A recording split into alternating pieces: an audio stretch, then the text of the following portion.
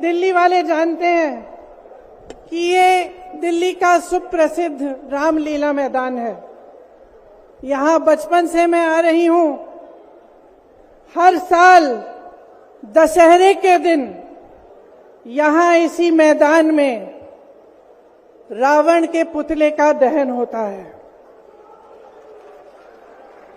मैं छोटी थी तो अपनी दादी जी इंदिरा जी के साथ आती थी, उनके पैरों के पास जमीन पर बैठ के देखती थी। उन्होंने हमारे देश की ये प्राचीन, हजारों वर्ष प्राचीन गाथा जो रामायण है, भगवान राम जी की जीवन गाथा मुझे सुनाई। आज जो सत्ता में है वे अपने आप को राम भक्त कहलाते हैं। इसीलिए यहां बैठे हुए मेरे मन में ये बात आई कि उनको इस संदर्भ में कुछ कहना चाहिए। मुझे लगता है कि वे कर्मकांड में उलझ गए हैं। मुझे लगता है कि वे दिखावे में लिप्त हो चुके हैं। इसीलिए मैं आज यहां खड़े होकर उन्हें याद दिलाना चाहती हूं कि वो हजारों वर्ष पुरानी गाथा क्या थी और उसका संदेश क्या था। भगवान राम जब सत्य के लिए लड़े, उनके पास सत्ता नहीं थी।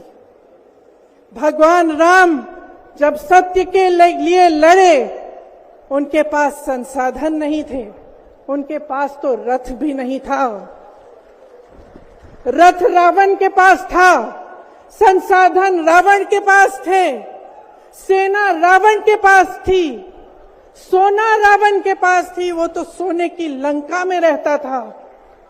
भगवान राम के पास सत्य था, आशा थी, आस्था थी, प्रेम था, परोपकार था, विनय था, धीरज था, साहस था और भगवान राम के पास सत्य था। मैं सत्ता में बैठे हुए सरकार के जितने भी सदस्य हैं, अपने प्रधानमंत्री नरेंद्र मोदी जी को याद दिलाना चाहती हूं कि इस जीवन राम भगवान के जीवन गाथा का क्या संदेश था। सत्ता सदैव नहीं रहती, सदैव नहीं रहती सत्ता। सत्ता आती है, जाती है, अहंकार चूर चूर होता है एक दिन। यही संदेश था भगवान राम का, उनके जीवन का। और आज यहां रामलीला मैदान पर खड़े हुए इंडिया गठबंधन की 5 मांगों को पढ़ने से पहले मुझे ये उचित लगा कि मैं ये संदेश एक बार फिर दोहराऊं। इंडिया गठबंधन की 5 सूत्री मांगे भारत के चुनाव आयोग को लोकसभा चुनावों में समान अवसर सुनिश्चित करना चाहिए।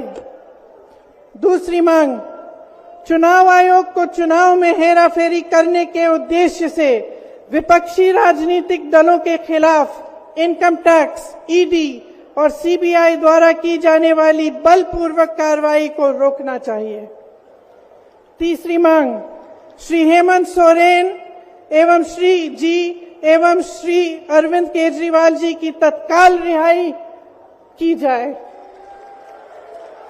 चौथी मांग, चुनाव के दौरान विपक्ष के राजनीतिक दलों का आर्थिक रूप से गला घोटने की जबरन कार्रवाई तुरंत बंद होनी चाहिए। पांचवी मांग, चुनावी बांड का उपयोग करके बीजेपी द्वारा बदले की भावना, जबरन वसूली और धन शोधन के आरोपों की जांच के लिए सुप्रीम कोर्ट की निगरानी में एक एसआईटी गठित हो जानी चाहिए। बीजेपी शासन द्वारा पैदा की गई अलोकतांत्रिक बाधाओं के बावजूद इंडिया गठबंधन लड़ने, जीतने और हमारे लोकतंत्र को बचाने के लिए दृढ़ और आश्वस्त है। जुड़ेगा भारत, जीतेगा इंडिया। एक बार मेरे साथ कहिए, जुड़ेगा भारत, जुड़ेगा भारत, जुड़ेगा भारत। धन्यवाद। जय हिंद।